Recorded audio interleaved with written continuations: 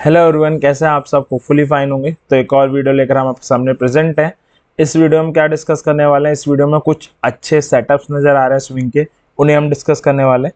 साथ में पिछले हफ्ते जो रिकमेंड किए गए थे सेटअप्स, उन्हें उनका स्टेटस डिस्कस करने वाले हैं। और सबसे ज़रूरी चीज़, जो इन सेटअप्स के पीछे के लॉजिक है वो डिस्कस करने वाले हैं। क्योंकि जब भी हम स्टॉक मार्केट में कोई भी ट्रेड लेते हैं, ऑब्वियस अपनी हार्ड एंड मनी लगा रहे हैं, तो हमें उनके पीछे का लॉजिक पता होना चाहिए।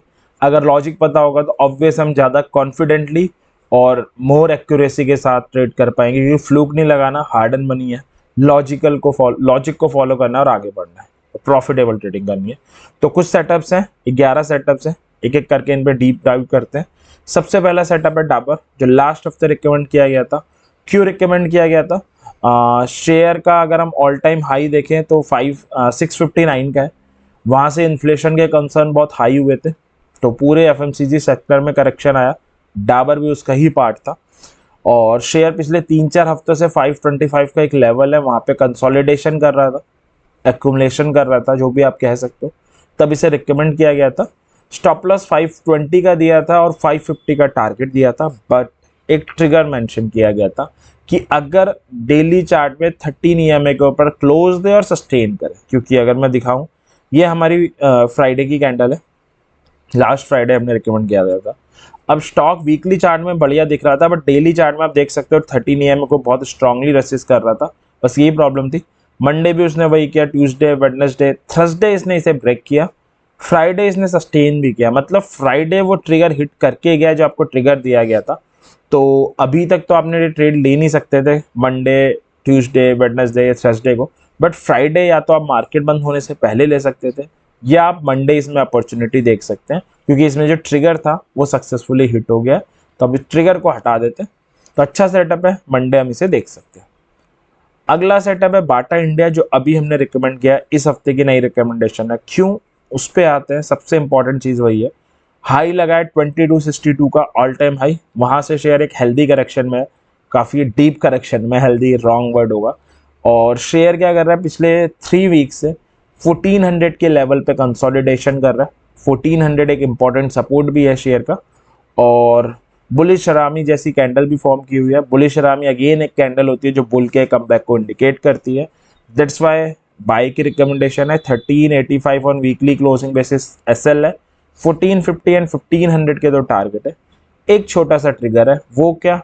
अगेन डेली चार्ट में देखें, तो डेली चार्ट में ये जो फ्राइडे को हल्का सा 13 ईएमए के बराबर या ऊपर क्लोजिंग देकर गया, तो ट्रिगर सिर्फ इतना है कि मंडे अगर 13 ईएमए के ऊपर खुलता है एंड सस्टेन करता है, ओनली देन आपको जंप करना है, अदरवाइज नहीं करना है। तो सेटअप बना हुआ है, बस एक मंडे वॉच आउट का दिन है। मंडे अगर ऊपर खुले, सस्टेन करे, तो आप इसे ले सकते हो। तो डाबर और बाटा दोनों का मंडे को देख सकते हो। तीसरा सेटअप है एसआरएफ। एसआरएफ के ऑल टाइम हाई की बात करें तो वो लगा है अभी 2865 का। वहाँ से शेयर के प्राइस में फॉल आया। और शेयर को क्यों रिकमेंड किया गया था? क्योंकि 2250 का एक इंपॉर्टेंट लेवल था, वहाँ पे शेयर कंसोलिडेट हो रहा था। और अगर हम देखें तो 2250 के इंपॉर्टेंट लेवल पे कंसोलिडेट हो रहा था। 13 ईएमए के ऊपर भी कंसोलिडेट हो रहा था वीकली चार्ट में। और डेली चार्ट की अगर हम बात करें, despite last week market week था, इंडेक्सेस में काफ़ी बढ़िया फॉल आया था, 13 ईएमए को इसने अपने गिव अप नहीं किया, उसी के ऊपर कंसोलिडेट होता रहा। तो ये एक और एक स्ट्रांगनेस की निशानी है कि डिस्पाइट मार्केट गिर रहा है, शेयर अपनी जगह पे खड़ा हुआ है। तो डेली में भी स्ट्रांग दिख रहा है, वीक में भी स्ट्रांग दिख रहा है। टारगेट्स 2350 और 2400 के हैं। शेयर लास्ट वीक भी 2334 तक आया था, इस वीक भी 2330 तक आया था। तो एग्जैक्ट टारगेट अचीव नहीं हुए, कोई बात नहीं, वीकली और डेली दोनों में स्ट्रांग दिख रहा है। होपफुली नेक्स्ट वीक हमारी ये टारगेट सक्सेसफुली अचीव हो जाने चाहिए। तो स्टिल सेटअप बना हुआ है, स्टिल आप इसे देख सकते हो। एक ज़रूरी चीज़ जो मैं स्टार्टिंग में बताना भूल गया, कि जो ये सेटअप्स हैं, ये स्विंग के सेटअप्स हैं। इनको आप 3 तरीके से एग्जीक्यूट कर सकते हो। लेट्स से हम एसआरएफ का एग्जांपल लेते हैं। अगर आप एकदम रिस्की कंजर्वेटिव ट्रेडर हो तो एसआरएफ के शेयर बाय कर सकते हो और वेट कर सकते हो। अगर आप थोड़े तूफानी ट्रेडर हो, रिस्क लेना पसंद करते हो, आप एसआरएफ का फ्यूचर बाय कर सकते हो। फ्यूचर कौन सा बाय करोगे? March expiry is very near, then try to trade in April expiry. अगर आप थोड़े मिड रिस्की ट्रेडर हो, आप ऑप्शंस के साथ जा सकते हो। बट इस सेटअप्स में नेकेड ऑप्शन हमें अवॉइड करने चाहिए, क्योंकि स्विंग सेटअप्स है, कई बार मार्केट साइडवेज हो जाता है तो time value decay as a option buyer हमें फेस करनी पड़ती है। या तो आप as a option seller play कर सकते हो, या आप ऑप्शन स्ट्रेटजीज बना सकते हो जो थीटा डिके के इफेक्ट को काउंटर कर दे। लाइक आप बुल पुट बना सकते हो, बुल कॉल भी बना सकते हो, मैं बुल पुट प्रेफर करता हूँ, या बियर का तो उस अकॉर्डिंग बना सकते हो। या आप ये भी कर सकते हो, अगर आप फ्यूचर्स को हेज कर लो, protective put kind of strategies बना लो, वो भी डिसेंटली वर्क कर जाएगी। ठीक है, तो इस तरीके से आपको करना है। होपफुली ये पॉइंट क्लियर होगा। अब चौथे सेटअप में चलते हैं जो HUL का है। HUL लास्ट हफ्ते रिकमेंड किया गया था डेली चार्ट की एनालिसिस करके, तो बुलिश काउंटर अटैक लाइन बना के गया था। अगर मैं फ्राइडे की कैंडल दिखाऊं, ये bullish counter attack line again एक कैंडल होती है जो बुल के कमबैक का इंडिकेशन देती है। इंपॉर्टेंट लेवल था 2450 का, 2450 का। डबल बॉटम की एग्रेसिव एंट्री भी थी। तीन रीजन थे, इनफ थे। 2425 ऑन वीकली क्लोजिंग बेसिस का एक एसएल था, और टारगेट से 2485 से 2500 और 2550। अब ये टारगेट इतना अजीब क्यों थे? क्योंकि नॉर्मली इतने छोटे में टारगेट देता नहीं हूँ। रीजन बड़ा वो था कि सेटअप बहुत अच्छा दिख रहा था डेली चार्ट में, बट जस्ट सर के ऊपर 13 EMA आ रहा था। और 13 EMA आप जानते हैं, मेरी बाकी वीडियो से भी आपने देखा होगा, मैं काफी स्ट्रांगली फॉलो करता हूँ और मार्केट में वर्क भी करता है। हुआ भी वही, अगले दिन ये 2485 का इसने टारगेट अचीव किया और इसने गिव अप कर दिया, शेयर नीचे गिर गया। तो अगर आपने पहले टारगेट में प्रॉफिट बुक कर लिया था, अच्छी बात है। नहीं किया था, कोई बात नहीं, स्टॉप लॉस अभी भी बचा हुआ है, वेट कर सकते हैं। बट आप लोगों के बस एक बुरी खबर है कि 13 EMA गेन नहीं कर पा रहा। अब अगर ये 13 EMA गेन कर जाता है अगले हफ्ते, तो आपके टारगेट्स अचीव हो जाएंगे अगर आपने पहले प्रॉफिट बुक नहीं किया था। और कोई फ्रेश एंट्री लेना चाहे तो भी उसके लिए सेम है कि उसे 13 EMA गेन करने का वेट करना पड़ेगा। तो नया इसमें एक ट्रिगर डाल देते हैं उन लोगों के लिए जो इसमें फ्रेश एंट्री लेना चाहें। तो बड़ा सिंपल सा ट्रिगर है कि आपको क्या करना है, वेट करना है। किस चीज का? हमारे ट्रिगर का। और ट्रिगर ये है, ट्रिगर है if open and sustain above 13 EMA in daily chart. Open गलत हो जाएगा, यहाँ पर ओपन की जगह क्लोज होगा कि if close and sustain above 13 EMA in daily chart. तो ये हमारा परफेक्ट ट्रिगर है जिसके बाद हम HUL में अगले वीक एंट्री ढूंढ सकते हैं। होपफुली ये सेटअप क्लियर होगा। आगे चलते हैं। अगला सेटअप है HDFC AMC का। AMC की अगर हम बात करें तो सबसे पहले रीजन डिस्कस करना बहुत जरूरी है कि क्यों इस सेटअप्स को दिया गया था। तो शेयर का ऑल टाइम हाई तो काफी पहले है, 3844 का है। शेयर काफी डीप करेक्शन में है, काफी पिटाई हो रखी है शेयर की। शेयर का एक इंपॉर्टेंट लेवल था 1700 का, तब इसे रिकमेंड किया गया था। 1675 ऑन वीकली क्लोजिंग बेसिस का स्टॉप लॉस दिया था। टारगेट थे 1800, 1850 और 1900। एक बस इंपॉर्टेंट ट्रिगर दिया गया था, वो क्या कि अगर आप देखोगे तो इसका जो 2022 का बॉटम है ये उसके आसपास आ गया था शेयर, और शेयर ने क्या करना था, aggressive entry of double bottom बना सकता था, क्योंकि बहुत अच्छा यहाँ पे डबल बॉटम बन सकता था। इसलिए एक ट्रिगर के साथ इस ट्रेड को दिया गया था कि अगर aggressive entry of double bottom form हो अगले हफ्ते तो आपको लेना है। आप देख सकते हो कोई ऐसी एंट्री फॉर्म हुई नहीं है। इस हफ्ते भी इसने एक रेड कैंडल ही बनाई है और अपने प्रीवियस फर्स्ट लो के नीचे क्लोजिंग भी दे दी है, तो डबल बॉटम बनने की पॉसिबिलिटी को भी इसने नेग्लेक्ट कर दिया है। तो इस ट्रेड में ट्रिगर हिट ही नहीं हो रहा, शेयर काफ़ी वीक है। तो इस हफ्ते हम क्या कर रहे हैं, ट्रेड को क्लोज कर रहे हैं, यानी अपनी लिस्ट से इसे बाहर निकाल रहे हैं, क्योंकि इसमें ट्रिगर हिट हो नहीं रहा, कोई रीज़न अभी मिल नहीं रहा एक जेन्युइन। तो वेट करते हैं, जब जेन्युइन रीज़न मिलेगा तब दोबारा आएंगे शेयर पे और दोबारा से डिस्कस करेंगे। आगे चलते हैं। नया सेटअप है बजाज फाइनेंस का। क्यों है उसको डिस्कस कर लेते हैं। तो शेयर का ऑल टाइम हाई तो 8050 के आसपास का है। शेयर अभी फैब में गिर कर आया था इसी लेवल पे जैन में, और काफ़ी शानदार बाउंस बैक किया था 5750 5700 के लेवल से, दोबारा गिर के उसी जोन में आ गया। 5700 का इंपॉर्टेंट लेवल है, बाई करना बनता है अगर एक ट्रिगर है, एग्रेसिव एंट्री बन जाए डबल बॉटम की नेक्स्ट वीक। दो टारगेट होंगे 5900 6000, 5650 हमारा वीकली क्लोजिंग बेसिस पे स्टॉप लॉस होगा। अगर हम डेली चार्ट में जाएं, डेली चार्ट में भी वहीं पे घूम रहा है अभी, ऐसी कोई एंट्री तो बनी नहीं है। यहाँ पे बुलिश हरामी टाइप ऑफ कैंडल कह सकते हैं, बट सेकेंड कैंडल की जो बॉडी है वो फर्स्ट कैंडल के बाहर ही है अगर हम देखेंगे तो। अगर हमें एकदम कन्विक्शन चाहिए तो वीकली चार्ट में डबल बॉटम की एग्रेसिव एंट्री बनने देनी चाहिए। और अगर हम थोड़े रिस्की ट्रेडर हैं, डे में अभी इतनी अच्छी कोई एंट्री बनी नहीं है, तो हम अभी वेट कर सकते हैं और एक काम और कर सकते हैं कि इसमें एक और टारगेट रख सकते हैं 6250 का। ये हमारे टारगेट्स हो जाए, ठीक है। तो ये बजाज फाइनेंस थी। अब आगे चलते हैं, jubilee and food work. Next हफ्ते इसे लास्ट हफ्ते इसे रिकमेंड किया गया था। शेयर बहुत डीप करेक्शन में, शेयर का जो ऑल टाइम हाई है वो है 918 का, अभी 426 के अराउंड चल रहा है, यानी 50% से ज़्यादा करेक्शन में चल रहा है।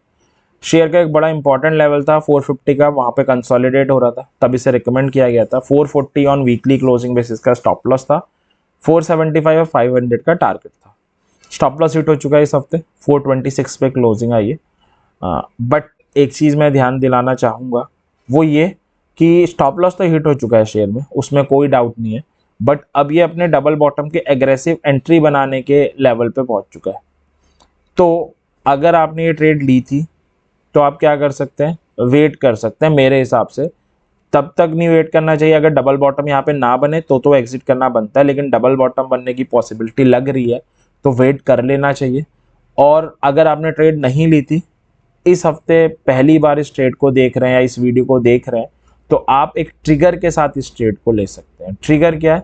ट्रिगर बहुत आसान है, 13 EMA भी आ रहा है, तो ट्रिगर इसके लिए ये काम कर जाएगा कि ओपन, यहाँ पे ओपन नहीं होगा, यहाँ पे होगा if close and sustain our,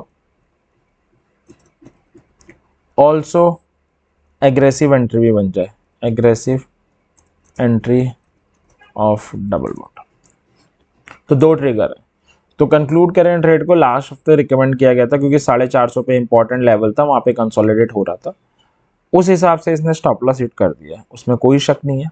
but the thing is कि वो स्टॉप लॉस हिट करके ये अपने उस लेवल पे आ गया 425 के, जो जहां पर ये एक aggressive entry of double bottom बना सकता है। तो अगर आपने ट्रेड ले ली थी, आपने लॉस बुक कर लिया, ठीक है, लेकिन आप वेट कर सकते हो। अगर आपने ट्रेड नहीं ली थी तो आपके लिए अगले हफ्ते क्या है, फ्रेश ट्रेड बन सकती है। स्टॉप लॉस अब इसमें हम मॉडिफाई कर दे रहे हैं, स्टॉप लॉस यहाँ पे हो जाएगा 420, ठीक है। तो ये सेटअप था जुबली फूड का, जो अगले हफ्ते आप देख सकते हो। अब चलते हैं अगले सेटअप में, जो है HDFC लाइफ। इसे भी लास्ट हफ्ते रिकमेंड किया गया था। क्यों रिकमेंड किया गया था वो देख लेते हैं। तो शेयर का ऑल टाइम हाई तो काफ़ी ऊपर का है, अगर हम देखेंगे तो वो 775 का है, वहाँ से शेयर डिसेंट करेक्शन में चल रहा है। और अभी बजट में जो प्रीमियम्स पे एक्स्ट्रा टैक्स समथिंग लगा, उसने और शेयर को वीक बनाया। शेयर का एक 475 का लेवल था और वहाँ पर ये कंसोलिडेट हो रहा था, वहाँ पर इसने एग्रेसिव एंट्री और डबल बॉटम बनाई थी, तब इसमें बाय की रिकमेंडेशन दी थी एक छोटे से ट्रिगर के साथ। ट्रिगर अगेन आपको पता है क्या होगा, आप देख सकते हैं 13 EMA को रसिस्ट कर रहा था, फ्राइडे यहाँ पे बंद हुआ था, तो ट्रिगर था इस close and sustain above 13 EMA।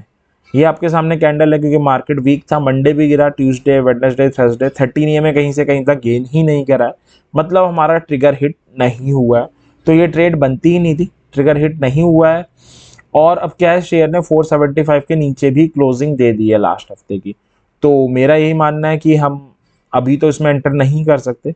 Trigger hit नहीं हुआ है, तो जिन्होंने लास्ट हफ्ते देखा होगा उन्होंने भी एंट्री नहीं करी होगी, तो बेटर ये है कि हम इस ट्रेड को क्लोज कर दें, और अगर कोई बाइंग का सिग्नल आएगा तो दोबारा आएंगे और दोबारा इस ट्रेड को डील करेंगे।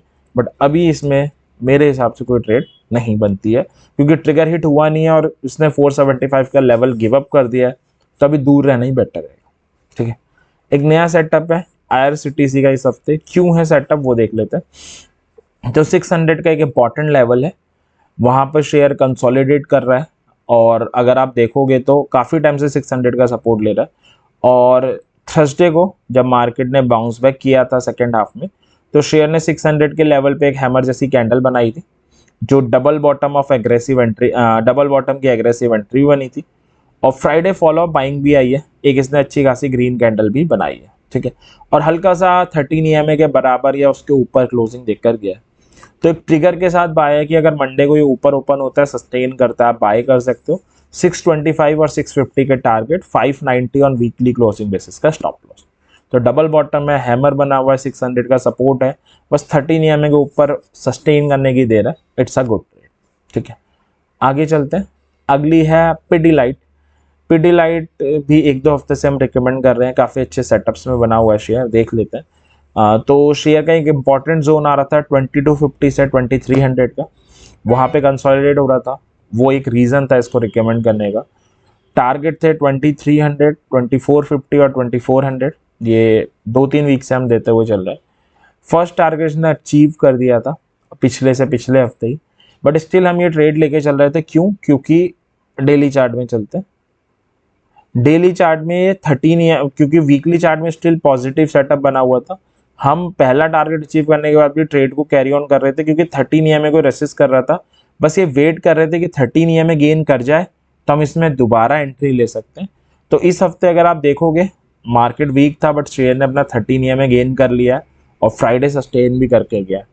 तो जो अगले टारगेट्स हैं 2350 का, इसने फ्राइडे लगा दिया है, 2350 तक आ गया, सॉरी, टारगेट तो 24 और 2450 का है।